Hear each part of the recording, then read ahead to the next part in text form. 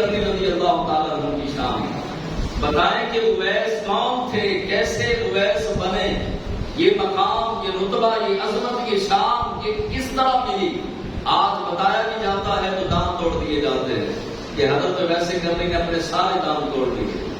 یہ کوئی حدیث نہیں, کوئی روایت نہیں, نہ کسی کتاب میں لکھا ہے کہ حضرت اویس کرنی نے اپنے دانت توڑ لیے. اپنے آپ کو اذیت دینا یہ شریعت کے خلاف ہے.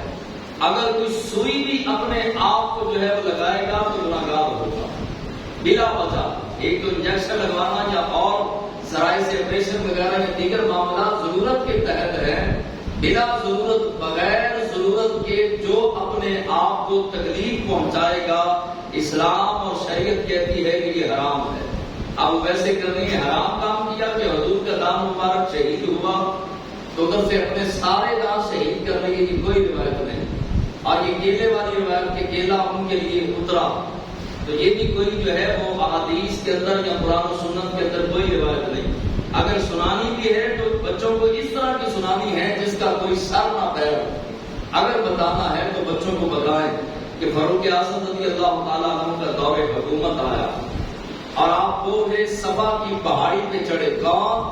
فاروق اعظم, جن کے بارے میں اللہ کے حبیب علیہ السلام نے فرمایا کہ میرے بعد اگر کوئی نبی ہوتا تو عمر ہوتا, اور جو زلزلہ آئے تو درہ زمین پر مارے تو زمین ہلنا بند ہو جائے, جو دریائے نیل کو خط لکھے تو دریائے نیل چلنا شروع ہو جائے, اور جو زمین تیل پی جائے تو فاروق اعظم زمین کو حکم دے تو زمین تیل واپس کر دے. وہ فاروق اعظم جن کے سائے سے بھی شیطان ڈرتا تھا. آپ فرماتے ہیں کہ میں کوہ صفا کی پہاڑی پہ چڑھا, چڑھ کر میں نے اعلان کیا کہ تم میں کوئی اویس ہے. حج کا موسم تھا تو مجھے کہیں سے آواز نہ آئی. 10 سال تک فاروق اعظم اعلان کرتے رہے, پوچھتے رہے کہ کوئی اویس ہے. اتنا بڑا آدمی حضرت اویس کرنی کے بارے میں پوچھ رہا ہے, اور اویس کرنی کی شان کیا ہوگی.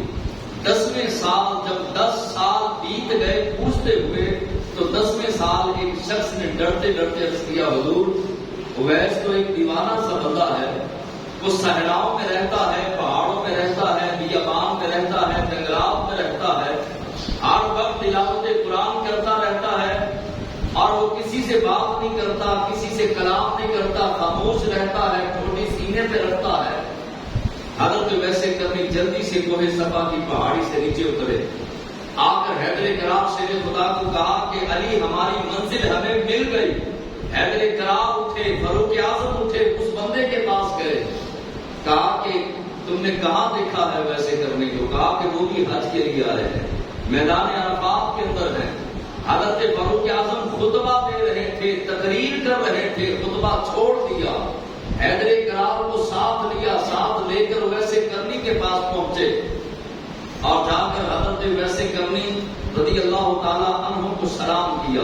فاروق اعظم نے حیدر کرار شیر خدا علی المرتضیٰ داماد مصطفیٰ حسنین کے بابا 7 ہیں, 23 لاکھ مربع میل کا بادشاہ, 23 لاکھ مربع میل کا حکمران فاروق اعظم 7 ہیں. جا کے اس مرد درویش کو سلام کیا, کہا السلام علیکم, تو بے نیازی سے سر جھکائے ہوئے حضرت ویسے کرنی نے فرمایا کہ وعلیکم السلام.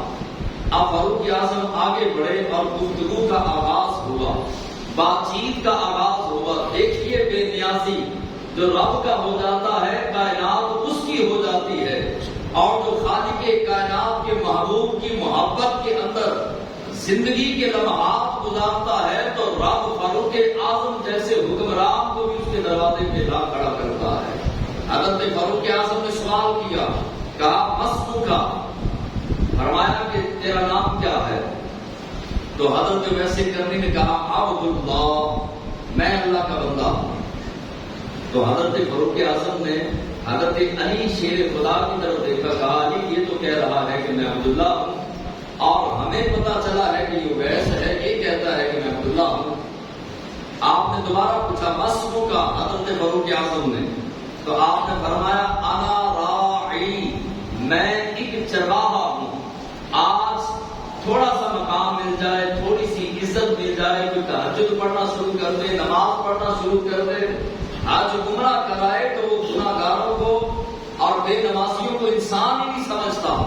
ذرا سا علم آ جائے اور ذرا سی جو ہے وہ عمل کی خالق کائنات توفیق دے دے تو ہم اپنے آپ کو اونچا اور اگلے کو نیچا سمجھنا شروع کر دیتے ہیں۔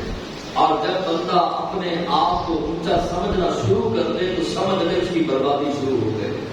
جو بندہ اپنے آپ کو بڑا سمجھنا شروع کر دے تو سمجھ لے اس کی بربادی کا پہلا دن شروع ہو گیا۔ جو بندہ اپنے آپ کو عالم سمجھنا شروع کر دے تو سمجھ لے اس کی جہالت کا آغاز شروع ہو گیا۔ اب اتنے بڑے لوگ مل رہے ہیں، انداز کیا ہے، آنے والے بھی بڑے، اور جن کے پاس آیا جا رہا ہے آنے والے وہ زیادہ بڑے ہیں اور اس سے کم بڑے ویسے کرنی ہے۔ دوبارہ پوچھا مسمو کا تیرا نام کیا ہے؟ کہا انا راعی، میں بکریاں چرانے والا ہی چرواہا ہوں۔ کوئی ٹھاٹ باٹ نہیں، کوئی آن بان شان نہیں۔ حضرت فاروق اعظم رضی اللہ تعالیٰ عنہ نے حیدر کرار کی طرف دیکھ کر کہا کہ مسئلہ کیسے حل ہو؟ شیر خدا حسنین کے بابا فاطمہ الزہرا کے شوہر فرماتے ہیں آپ ذرا رکیے میں پوچھتا ہوں۔ اب حیدر کرار آگے آئے، ویسے کرنی رضی اللہ تعالیٰ عنہ کے قریب آئے اور آ کر کے پوچھا، کہا کہ مسمو کا الذی سمت بہ امک کا، تجھے اللہ کی قسم ہے وہ نام بتا تو تیری ماں نے تیرا رکھا۔ انداز دیکھیے کتنا حسین ہے۔ کہا تجھے اللہ کی قسم ہے اپنا نام وہ بتا کہ جو تیری ماں نے تیرا نام رکھا ہے۔ پھر حضرت ویسے کرنی آپ جو ہے وہ بولے، کہا کہ اسمی اویس، میرا نام اویس ہے، میرے باپ کا نام عامر ہے، قبیلہ میرا مراد ہے اور شہر میرا کرن ہے، ملک میرا یمن ہے۔ اور ویسے کرنے رضی اللہ تعالیٰ عنہ سے سوال کیا حیدر کرام نے کہ آپ نے پہلے عبداللہ بھی بتایا، اور اس بات کے جواب کا ترجمہ بلے شاہ نے کیا۔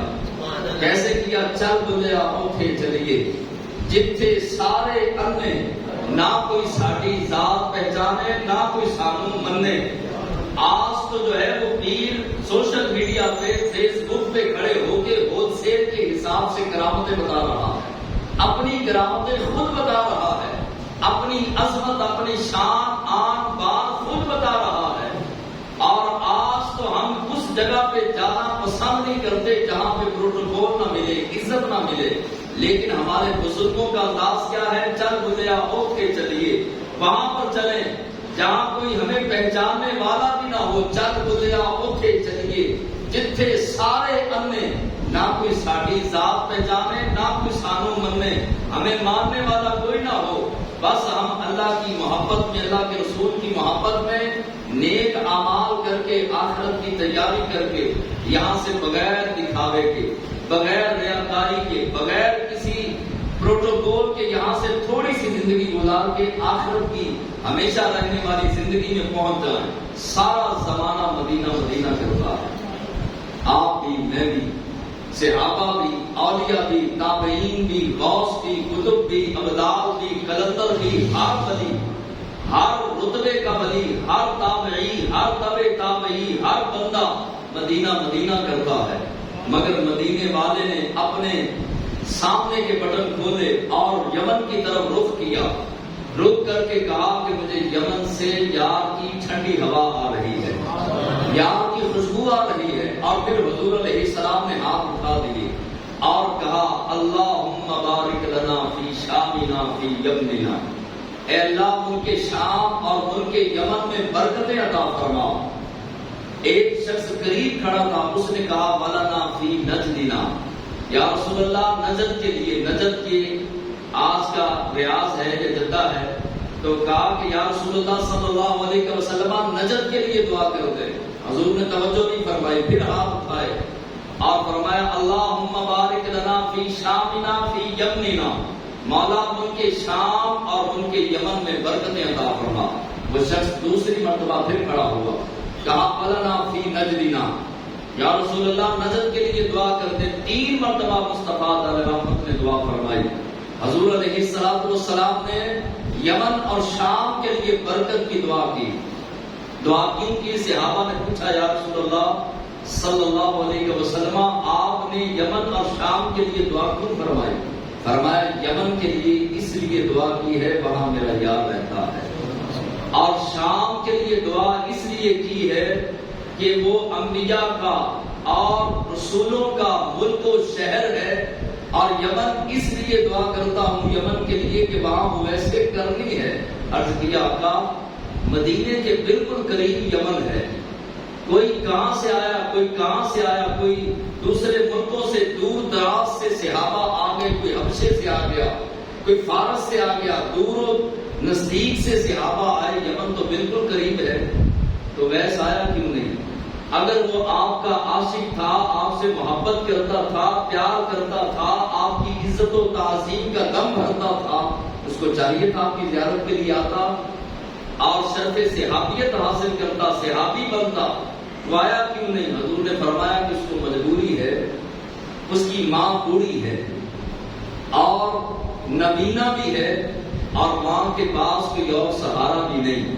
اویس ماں کا اکلوتا سہارا ہے، ماں اس کے بغیر نہ کھانا کھاتی ہے اور نہ اٹھ کے کہیں جا سکتی ہے، نہ آ سکتی ہے۔